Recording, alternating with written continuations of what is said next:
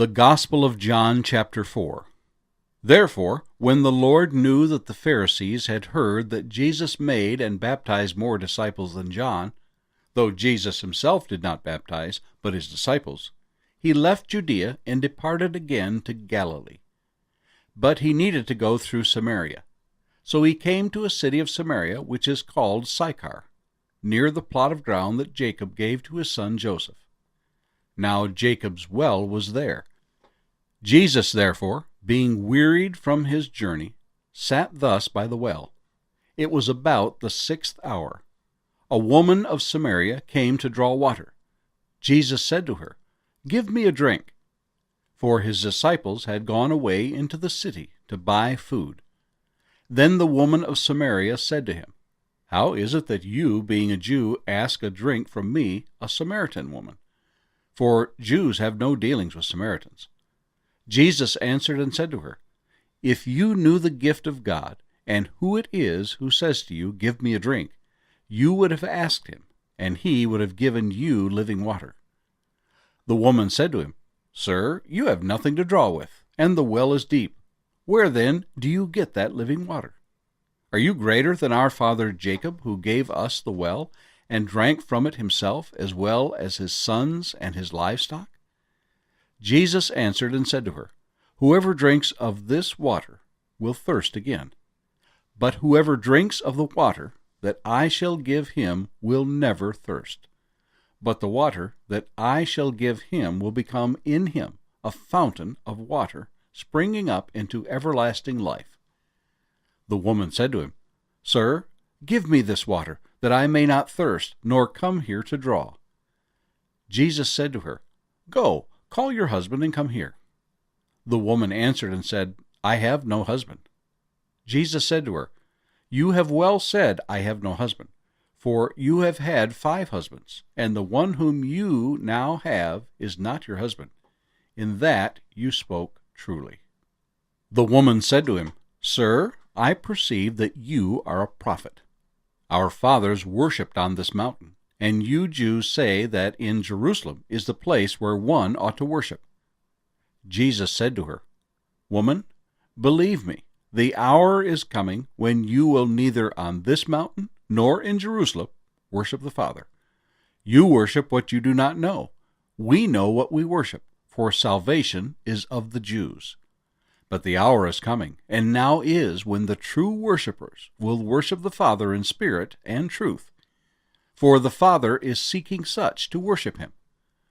God is spirit, and those who worship him must worship in spirit and truth." The woman said to him, "I know that Messiah is coming, who is called Christ. When he comes, he will tell us all things." Jesus said to her, "I who speak to you am he." And at this point his disciples came, and they marveled that he talked with a woman. Yet no one said, "What do you seek?" or "Why are you talking with her?" The woman then left her water pot, went her way into the city, and said to the men, "Come, see a man who told me all things that I ever did. Could this be the Christ?" Then they went out of the city and came to him. In the meantime his disciples urged him, saying, "Rabbi, eat." But he said to them, "I have food to eat of which you do not know." Therefore the disciples said to one another, "Has anyone brought him anything to eat?" Jesus said to them, "My food is to do the will of him who sent me, and to finish his work. Do not say, 'There are still 4 months, and then comes the harvest.' Behold, I say to you, lift up your eyes and look at the fields, for they are already white for harvest. And he who reaps receives wages, and gathers fruit for eternal life, that both he who sows and he who reaps may rejoice together. For in this the saying is true, 'One sows and another reaps.' I sent you to reap that for which you have not labored. Others have labored, and you have entered into their labors."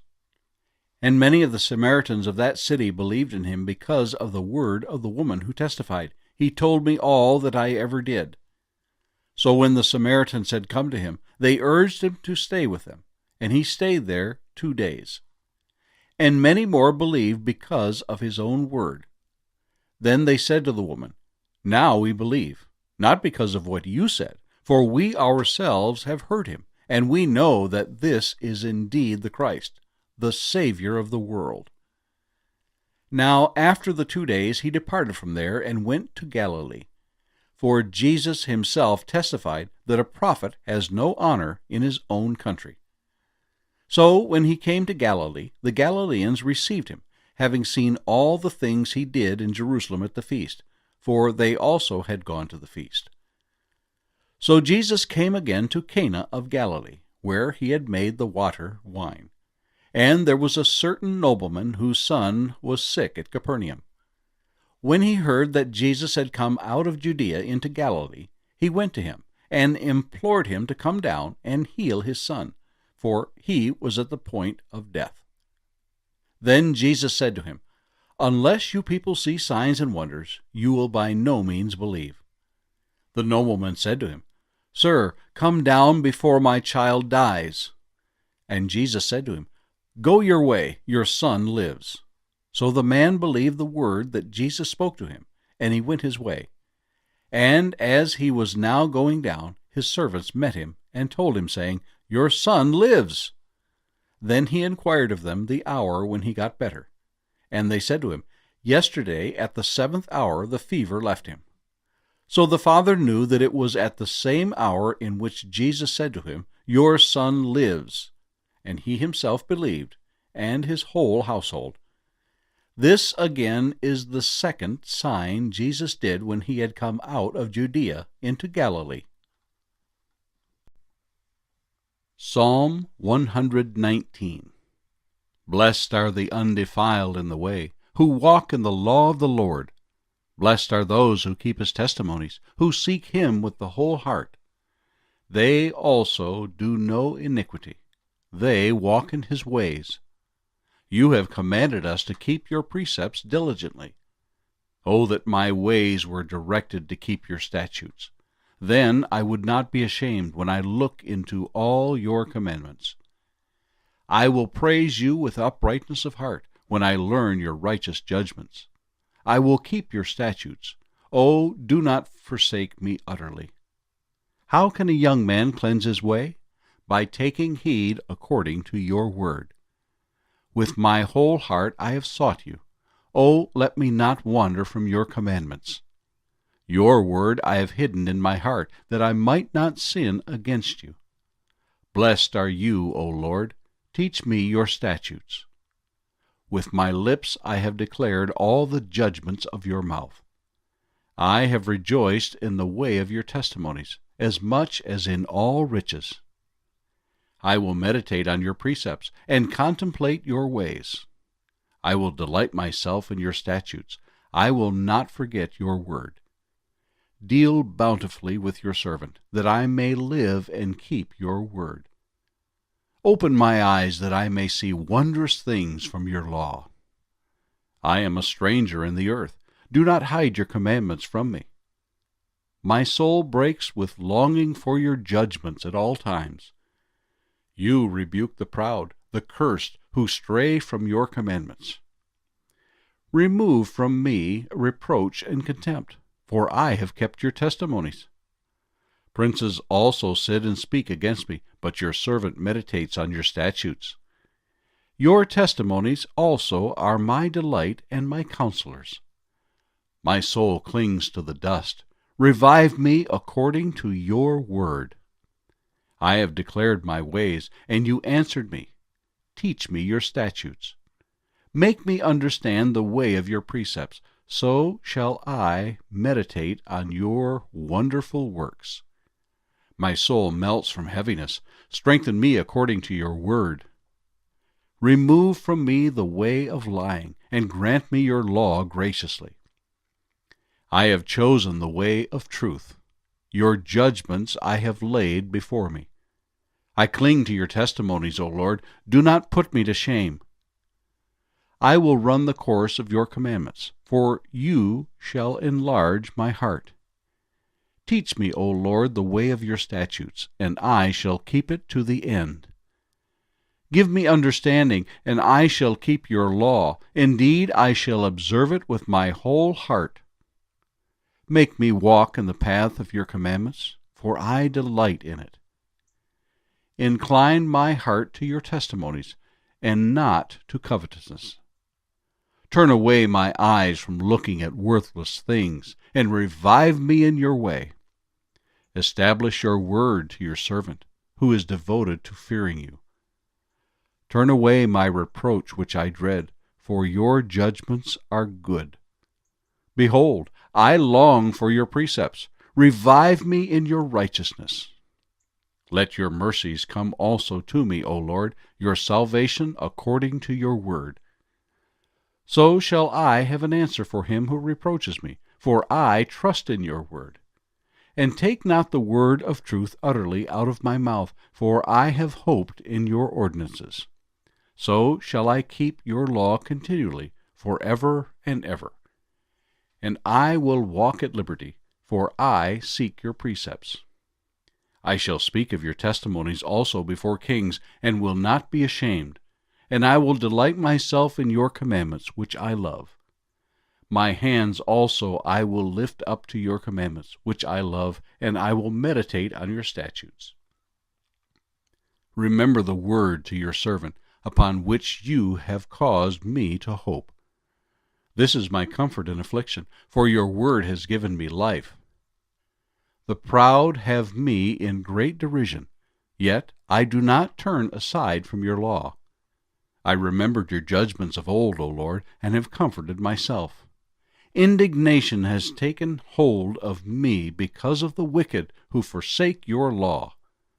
Your statutes have been my songs in the house of my pilgrimage. I remember your name in the night, O Lord, and I keep your law. This has become mine, because I kept your precepts. You are my portion, O Lord. I have said that I would keep your words. I entreated your favor with my whole heart. Be merciful to me according to your word. I thought about my ways, and turned my feet to your testimonies. I made haste and did not delay to keep your commandments. The cords of the wicked have bound me, but I have not forgotten your law.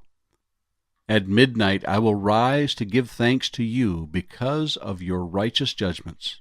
I am a companion of all who fear you, and of those who keep your precepts. The earth, O Lord, is full of your mercy.